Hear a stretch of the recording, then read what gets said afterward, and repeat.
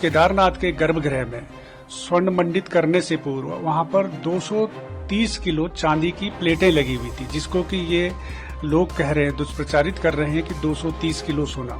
आप जानते हैं कि केदारनाथ में वहां पर अभी उपचुनाव होने हैं विधानसभा के, तो इस कारण से कांग्रेस के लोग एक षड्यंत्र पूर्वक तरीके से इस प्रकार का दुष्प्रचार चल। उत्तराखंड कांग्रेस की केदारनाथ धाम प्रतिष्ठा रक्षा पद यात्रा का छठवां दिन है। छठे दिन यात्रा कहां पहुंची और जिस केदारनाथ के गर्भगृह में 230 किलो सोना गायब होने की बात कांग्रेस इस यात्रा में कर रही है, तो क्या वहां पर 230 किलो सोना लगा भी था या नहीं, इस बात पर हम बात करेंगे। साथ ही हम बताएंगे कि क्या राहुल गांधी और प्रियंका गांधी 3 अगस्त को केदारनाथ धाम आएंगे। तो चलिए करते हैं वीडियो की शुरुआत। नमस्कार, आप देख रहे हैं आज का उत्तराखंड और मैं हूं आपके साथ सरिता तिवारी। उत्तराखंड कांग्रेस की केदारनाथ धाम प्रतिष्ठा रक्षा पद यात्रा की शुरुआत 24 जुलाई को हरिद्वार से हर की पैड़ी पर गंगा पूजन के साथ हुई। हरिद्वार से ऋषिकेश यात्रा गई, फिर देवप्रयाग और फिर श्रीकोट और फिर आज यात्रा धारी देवी पहुंची और रात तक यात्रा रुद्रप्रयाग पहुंचेगी। आज यात्रा के छठवें दिन पद यात्रा में मीडिया से बातचीत करते हुए कांग्रेस के प्रदेश अध्यक्ष करण महरा ने कहा कि धर्म के नाम पर भाजपा को राजनीति करना बंद करना चाहिए और जनता को केदारनाथ धाम से गायब हुए सोने और दिल्ली में केदारनाथ धाम बनने के सवाल पर जनता को जवाब देना चाहिए। लेकिन भाजपा के प्रवक्ता केदारनाथ धाम के लिए आवाज उठाने वाले आदि गुरु शंकराचार्य पर ही टिप्पणी कर रहे हैं। राजनीति करते हैं, उस भगवान को भी नहीं छोड़े, चाहे वो अयोध्या हो, चाहे वो बद्रीनाथ का मास्टर प्लान हो और चाहे वो सतयुग के ज्योतिर्लिंग बाबा केदार का मंदिर हो, चाहे वो गर्भगृह के नियम तोड़ने हो, चाहे आज शंकराचार्य जी का अपमान करना हो, चाहे सोने की जांच की मांग कर रहे हैं 2 साल से विपक्ष से लोन ना हो, चाहे कृष्णा माई की गुफा का नाम बदलना हो। हम इस यात्रा के माध्यम से बीजेपी के असली चेहरे को जनता के सामने, सनातन धर्म को मानने वालों के सामने लाना चाहते हैं।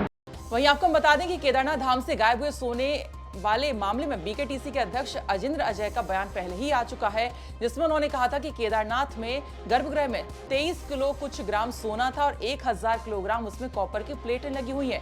लेकिन कांग्रेस इसका दुष्प्रचार कर रही है कि केदारनाथ में 230 किलोग्राम सोना लगाया गया।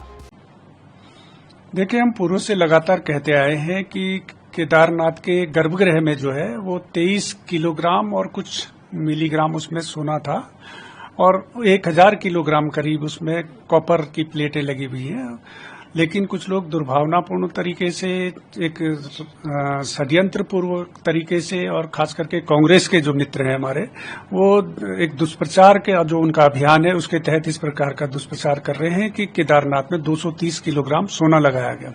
इसीलिए हमने ये स्पष्ट रूप से आज कह रहे हैं कि जो ज्वेलर्स ने, जो दानी महानुभाव थे हमारे, उन्होंने अपने ज्वेलर्स का जो हमको टैक्स इनवॉइस दिए हैं वो हमने जारी किया है। उसमें स्पष्ट रूप से कहा गया है कि जो ज्वेलर्स को जो सोना है वो सोना खुद दानी दाता ने ज्वेलर्स को दिया है और ज्वेलर्स ने केवल उसमें अपना जो वहां पर स्वर्ण मंडित करने का जो कार्य था वो संपादित किया है। कांग्रेस का कहना है कि मुख्यमंत्री और बद्रीनाथ केदारनाथ मंदिर समिति के अध्यक्ष अजिंद्र अजय कांग्रेस और परम पूज्य शंकराचार्य जी पर झूठ बोलने का आरोप लगा रहे हैं, जबकि 230 किलो सोने की खबरें बहुत से अखबारों में पहले से ही प्रकाशित हो रही थी और यदि खबरें ये झूठी थी तो तभी मंदिर समिति और भाजपा और सरकार के द्वारा उन खबरों का खंडन क्यों नहीं किया गया, क्यों नहीं झूठ प्रकाशित करने वाली अखबारों पर कार्रवाई की गई और क्यों नहीं इस पर सरकार के द्वारा कोई जांच बिठाई गई।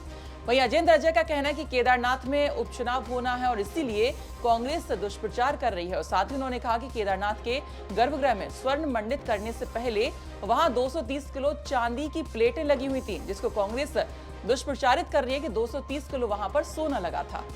आप जानते हैं कि केदारनाथ में वहां पर अभी उपचुनाव होने हैं विधानसभा के, तो इस कारण से कांग्रेस के लोग एक षड्यंत्र पूर्वक तरीके से इस प्रकार का दुष्प्रचार चला रहे हैं। तो इस बीच उन्होंने एक अन्य आरोप लगाया कि केदारनाथ में जो गर्भगृह में सोना लगने से पूर्व जो चांदी लगा हुआ था वो गायब हो गया। बिना तथ्यों के, बिना किसी साक्ष्य के, केवल सनसनी फैलाने के लिए इस प्रकार के दुर्भाग्यपूर्ण और बहुत ही निंदनीय आरोप कांग्रेस के द्वारा, उनके समर्थकों के द्वारा लगाए जा रहे हैं। तो उसका भी हम जो स्टॉक में हमारी जो एंट्री हुई है, जैसा हमने पूर्व में भी कहा था कि केदारनाथ के गर्भगृह में स्वर्ण मंडित करने से पूर्व वहां पर 230 किलो चांदी की प्लेटें लगी हुई थी, जिसको कि ये लोग कह रहे हैं, दुष्प्रचारित कर रहे हैं कि 230 किलो सोना। हालांकि अजेंद्र अजय इस मामले में जांच की बात पहले कर चुके हैं, जब शंकराचार्य अविमुक्तेश्वरानंद ने सोना गायब होने के मामले पर मुंबई में बयान दिया था। तब अजेंद्र अजय ने कहा था कि शंकराचार्य पर तथ्य हो तो वो जांच आगे बढ़ाएं।